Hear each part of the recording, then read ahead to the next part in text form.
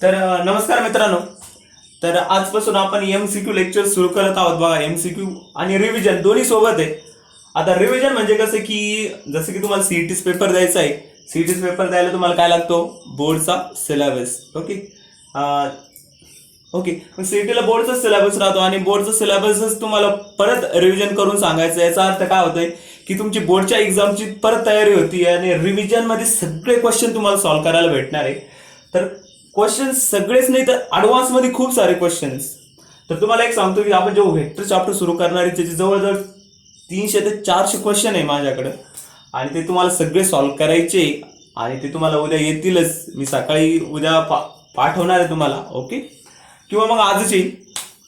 तर स्टार्ट करूया. थोडंसं तुम्हाला एक सांगतो सीईटी काय करायचं आपण, जेई काय करायचं आणि मेडिकलला जातात काही मुलं, इंजिनिअरिंगला जातात, नेमकं काय असतं बरं. तर थोडंसं एक स्टार्टिंग देतो तुम्हाला की काय माहिती का, भारतामध्ये नंबर एकला जी इन्स्टिट्यूट आहे सध्या भारतामध्ये, इंडियामध्ये नंबर एकला जी इन्स्टिट्यूट आहे ती आहे IIT. इंजिनिअरिंग साठी सांगतोय बरं का, फक्त इंजिनिअरिंग साठी IIT. ओके, तर भारतामध्ये नंबर एकला जी इन्स्टिट्यूट आहे इंजिनिअरिंग साठी IIT. IIT म्हणजे काय? IIT बघा, IIT साधं सरळ आहे. IIT म्हणजे काय? Indian institute of technology. Indian institute of technology.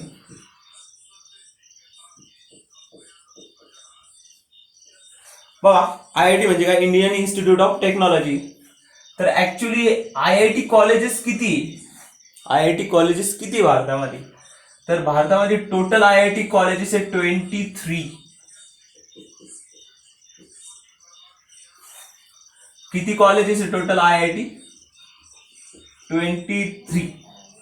Indian institute of technology, ज्याची की सुरुवात ऍक्च्युली सर्वात अगोदर जे कॉलेज होतं ते होतं IIT खरगपूर. खरगपूरला एक कॉलेज तयार झालं. ओके, ज्याचं इस्टॅब्लिश झालं कॉलेज. त्या कॉलेज जे नाव आहे नंतर इंडियन इन्स्टिट्यूट ऑफ टेक्नॉलॉजी मध्ये IIT खरगपूर म्हणून त्याला ओळखलं जातं. IIT खरगपूर. तर ऍक्च्युली हे जे कॉलेजेस असतात IIT, तर हे खूप क्वालिटी कॉलेजेस असतात आणि इंडियामध्ये सगळ्यात टॉप रँकिंगला college, ranking number 1, ranking number 2, ranking number 3 एक NIRF संस्था आहे. NIRF म्हणजे ही जी संस्था आहे ही रँकिंग द्यायचं काम करते कॉलेजेसला. तर ही 2 ते 3 वर्ष अगोदरच स्थापन झालेली संस्थे. तर ही काय करते की कॉलेजमधले जे मुलं आहे, समजा एखादा कोर्स कम्प्लीट केल्यानंतर त्याला जॉब लागतोय का नाही लागतोय, त्याची प्लेसमेंट होती का, कोणत्या कंपनीत होती, कोणत्या ठिकाणी होती, हा सगळा डेटा कलेक्ट करून, हा सगळा कॉलेजचा रेकॉर्ड्स मेंटेन करून, कॉलेजचा कॅम्पस कसा आहे कॉलेजमध्ये, समजा स्पोर्ट फॅसिलिटी आहे का, एक्स्ट्रा क्युरिक्युलम ऍक्टिव्हिटीज आहे का, कॉलेजमध्ये क्वालिटी लेक्चर्स होतात का, कॉलेजचा कॅम्पस कसा आहे, तिथे मुलं कुठून येतात, मुलासाठी सपोर्टिव्ह आहे का, ते सगळ्या गोष्टींचा विचार करून, सगळ्या फॅसिलिटी विचार करून एक रँकिंग दाखवतं. आणि हा रँकिंग मध्ये भारतातले सर्व कॉलेजेस जवळपास त्यांनी कव्हर केलेले. त्याची जी रँकिंग येते तर इंडियामध्ये नंबर 1ला जी कॉलेज आहे तर ते IIT मद्रास आहे. IIT मद्रास. ओके, मद्रास म्हणजे चेन्नईचं जुनं नाव आहे ते मद्रास. ओके, तर IIT मद्रास हे जे कॉलेज आहे या रँकिंग मध्ये नंबर 1ला आहे. आणि IIT कॉलेजेस किती टोटल? तर 23.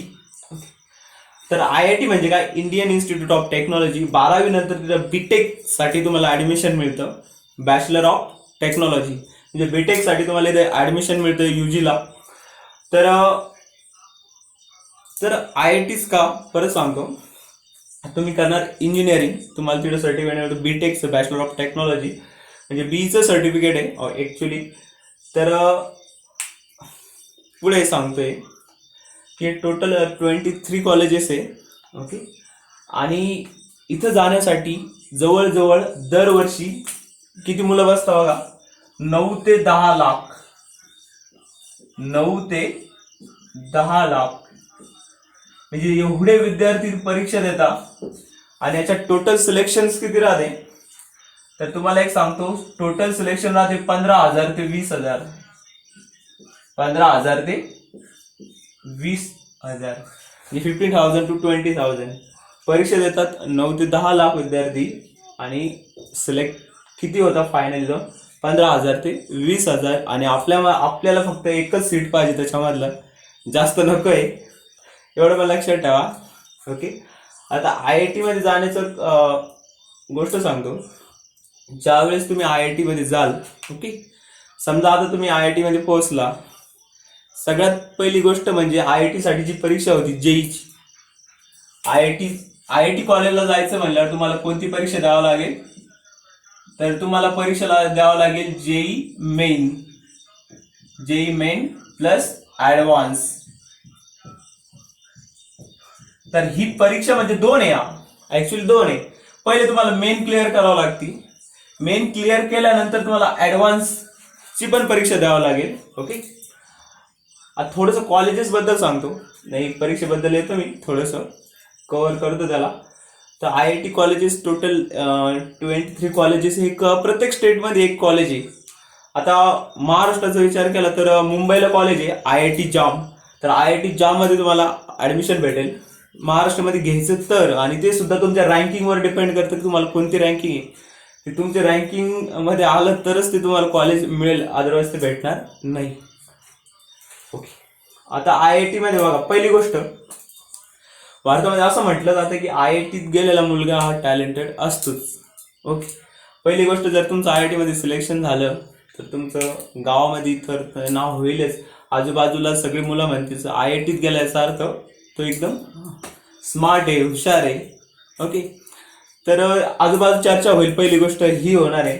आणि दुसरी गोष्ट, जो IITत गेल्यानंतर जे कॉलेज असणार आहे, कॉलेज कॅम्पस, हे सगळे कॉलेजेस 100 एकरच्या वरती आहे.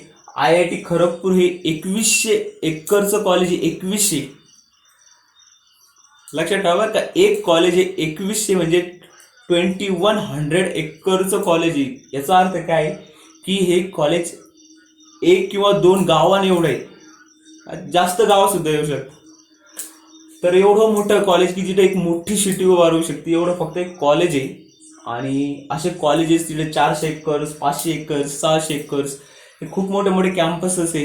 तिथं फॅसिलिटीज तुम्हाला स्पोर्ट फॅसिलिटी समजा किंवा एक्स्ट्रा करिक्युलर वेगवेगळ्या फॅसिलिटीज असतात. साधं साधं सांगतो, तिथे जे लेक्चरर असतात, तिथे जाऊन जे शिकता तुम्ही, ते एकदम म्हणजे क्वालिटी वनचं एज्युकेशन. तिथे सगळे लेक्चरर्स एक वैज्ञानिकच असतात, की सायंटिस्टच म्हणावं लागेल त्यांना, कारण की त्यांनी ते जर IITत जाणंच मोठी गोष्ट आहे. तिथं तिथं शिकलेलं असतं, त्यांनी पूर्ण डेव्हलप केलेलं असतं कॉलेजला.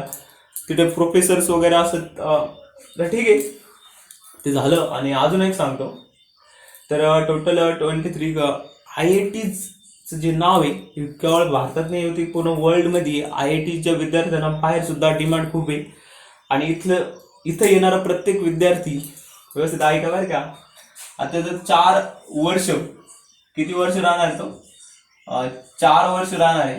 आणि 4 वर्षानंतर जो इथून बाहेर पडेल, व्यवस्थित बघा बरं का. आता IITत येणारा विद्यार्थी ज्या वेळेस इंजिनिअरिंग होऊन त्याला Bची डिग्री भेटल्यानंतर जो इथून बाहेर पडेल, तर बाहेर पडता वेळेसच कॅम्पस इंटरव्ह्यू मध्ये त्याचं सिलेक्शन होईल.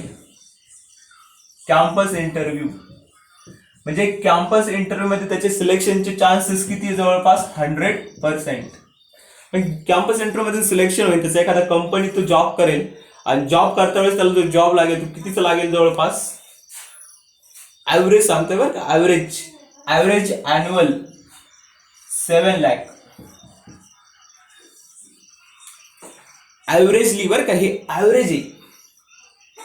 म्हणजे एका इंजिनियरला ऍव्हरेजली 7 लाखचं अॅन्युअल पॅकेज त्याला मिळतं. म्हणजे 7 लाख म्हणजे किती, तुम्ही डिवाइड करून बा, 60 10 600, म्हणजे त्याला 60,000 रुपये महिन्याला. किती, तर महिन्याला 60,000 रुपये त्याला तिथं पेमेंट मिळते. ही ऍव्हरेज आहे. जास्तीत जास्त किती पण असू शकते, समजा तुम्हाला 24 लाख, 25 लाख, 30 लाख, 40 लाख, 1 कोटी पर्यंत आहे. 1 कोटीपर्यंत आहे. मी असं ऐकलेलं आहे की 1 कोटीच्या सुद्धा वरती म्हणजे 1.5 कोटी, 1.25 कोटीपर्यंत सुद्धा पॅकेजेस काही जणांना मिळालेले. तर त्याचं जर उदाहरण द्यायचं झालं तर तुम्हाला माहिती असेल गुगलचे सीईओ आहे गुगल. मी सांगणार नाही पॅकेज कितीचं, मला एवढं परफेक्टली माहिती नाही. सुंदर पिचाई म्हणून नाव आहे, सुंदर पिचाई. तर ठीक आहे, हा गुगलचा सीईओ आहे. IIT मद्रासमधून गेलेला स्टुडंट आहे, IIT मद्रासमधून गेलेला आहे. गुगलचा सीईओ म्हणजे चीफ एक्झिक्युटिव्ह ऑफिसर. त्याची पेमेंट मंथली 2-3 कोटीच्या पुढेच आहे. तर एवढं तो कमावतो. ओके, तर जाऊ द्या.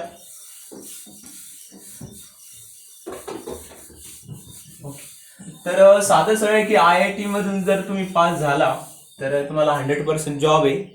परत बरेचसे विद्यार्थी जॉब करत नाही, तिथलं कंपनीचं चांगलं पॅकेज जरी मिळालं तरी ते घेत नाही. ते स्वतःचाच बिझनेस, स्वतःचा स्टार्टअप बिझनेस ते डेव्हलप करता. आणि अशी खूप उदाहरण आहे. साधं सरळ की एक फ्लिपकार्टचं उदाहरण सांगतो. फ्लिपकार्ट तुम्हाला माहिती असेल तर भरपूर जण फ्लिपकार्ट यूज करत असतात. ओके, तर हे जे फ्लिपकार्टचे ई-कॉमर्स कंपनी आहे आणि बन्सल. ओके, तर 2 भाऊ आहेत, 2 भावांनी तिला डेव्हलप केलेलं आहे. बन्सल ब्रदर्स म्हणतात ऍक्च्युली. तर हे दोघं सुद्धा IIT मधले. त्याच्या व्यतिरिक्त अजून कंपनी आहे, समजा मायक्रोसॉफ्टचा सीईओ पण आहे. काय नाव, सत्या काहीतरी नाव आहे. तर तो सुद्धा IITian आहे एकदम. ओके, तर असे खूप सारे एक्झाम्पल्स आहे. तर ठीक आहे, थोडंसं ऍडमिशनचं सांगतो. तर टोटल IIT कॉलेजेस किती आहे? 23 कॉलेजेस आहे. ओके, तर IITच्या नंतर जर इंजिनिअरिंग करायची असेल तर पुढचं तुम्हाला ऑप्शन आहे NIT. NIT म्हणजे national institute of technology. National institute of technology. Okay, तर याच्या 31 कॉलेजेस किती आहे? 31. याचं सुद्धा प्रत्येक स्टेटमध्ये एक कॉलेज आहे, नॅशनल इन्स्टिट्यूट ऑफ टेक्नॉलॉजी. आणि हे इतकं फेमस आहे तर ही IIT मध्ये सांगितलं मी तुम्हाला की ऍव्हरेजली आणि अॅन्युअल इन्कम किती असते की 7 लाख. ओके, तर याच्यामध्ये काही कॉलेजेस असे किती 10 लाख पर्यंत सुद्धा इयरली इन्कम आहे. 10 लाख पर्यंत सुद्धा आहे national institute of technology. Okay, तर याला फंडिंग इंडियन गव्हर्नमेंट करते, याला सुद्धा फंडिंग इंडियन गव्हर्नमेंट करते. ओके, तर नॅशनल इन्स्टिट्यूट ऑफ टेक्नॉलॉजी कितीचे कॉलेजेस आहे? 31. आणि ह्या ज्या संस्थांमध्ये गेल्यानंतर तुम्हाला काय कळतं, 100% जॉब भेटणारच, एकदम रेप्युटेड कंपनी आणि एकदम चांगल्या पोझिशन्सवर. तर पुढे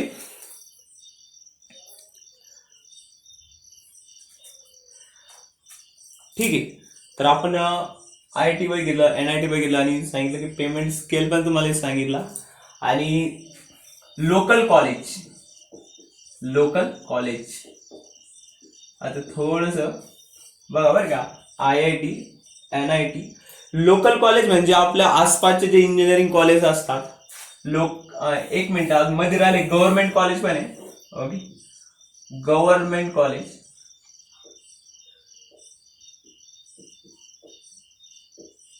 आणि प्रायव्हेट कॉलेज.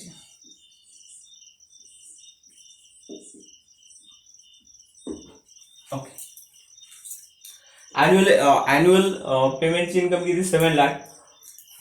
10 लाख बघितलं कमी करतो 6 lakh. Okay, government college 5 lakh किंवा 4 to 5. ओके, आणि private college 2 to 3 lakh. Okay, इथून जे प्लेसमेंट होईल, प्लेसमेंट म्हणजे तुमची जर व्यवस्थित आहे का बरं का. प्लेसमेंट म्हणजे जॉब लागणे किंवा आयुष्याची चिंता मिटणे. साधं सरळ आहे की जॉब लागणे आपल्याला किंवा स्वतःचा बिझनेस सुरू करणे. तर प्लेसमेंट इथून 100%, 100%, इथून आहे 100%. ओके, लागण्याचे चान्सेस 80% आणि इथं आहे 50%. जॉब मिळण्याचे चान्सेस 50%. हे कॉलेजवर डिपेंड करतं ऍक्च्युली. तर इथून जर डिग्री भेटली तर 100% जॉब तुम्हाला भेटणार एकदम चांगल्या पोझिशन्सवर. तुम्हाला डायरेक्टली चांगली पोझिशन तिथं भेटली जाते कंपनीमध्ये. वरच्या स्तराला तुम्हाला डायरेक्टली हे जॉईन केलं जातं. ओके, इथं पण सेम आहे, प्रोसिजर सेम आहे. गव्हर्नमेंट कॉलेजचं पण की चांगली पोझिशन तुम्हाला भेटू शकते कॉलेज कंपनीजमध्ये गेल्यानंतर. बट प्रायव्हेट सेक्टरचं थोडंसं कन्फ्युजिंग आहे. पहिली गोष्ट, तुम्हाला जॉब भेटेल का नाही हा पहिला प्रश्न आहे. दुसरा प्रश्न, जॉब भेटेल पण मग कोणत्या पेमेंट स्केलवर भेटेल तुम्हाला, जेवढा खर्च लावलेला आहे तेवढा येईल का नाही हा पण प्रश्न आहे. तिसरी गोष्ट, अशी खूप स्टुडंट्स भेटतील तुम्हाला की त्याचं इंजिनिअरिंग कम्प्लीट आहे पण त्याला जॉब नाही. की आसपास असे खूप विद्यार्थी असतात की त्यांची इंजिनिअरिंगची डिग्री आहेत. माझे 2-3 मित्र स्वतःचे म्हणून सांगते की ते घरी बसलेले सध्या. का? कारण की त्यांनी पुढे काही केलेलंच नाही. कारण की इथून जरी डिग्री भेटली तरी पुढे त्यांना स्ट्रगल करावा लागतो, तो त्यांनी केला नाही. ओके, इथं स्ट्रगल करायचं काम कमी आहे. डायरेक्टली कॅम्पस इंटरव्ह्यूमधून सिलेक्शन होतं 80% जवळपास, आणि 20% होत नाही. त्याचे कारण असे की त्याने काही केलेलं नसतं, स्टडी वगैरे केलेलं नसतं. तिथे त्यांना त्यांचे मार्क्स वगैरे कमी आलेले राहतात, त्याच्यामुळे ते ड्रॉप आउट होता इथून. त्याच्यामुळे ते एवढे प्लेसमेंट इथं नाही. इथं 100% प्लेसमेंट आहे. ओके, इथं पण 100% प्लेसमेंट आहे. आणि आपण ज्या गोष्टीसाठी शिकतोय ते पुढं पूर्ण होत आहे. ओके, तर पुढे सांगतो.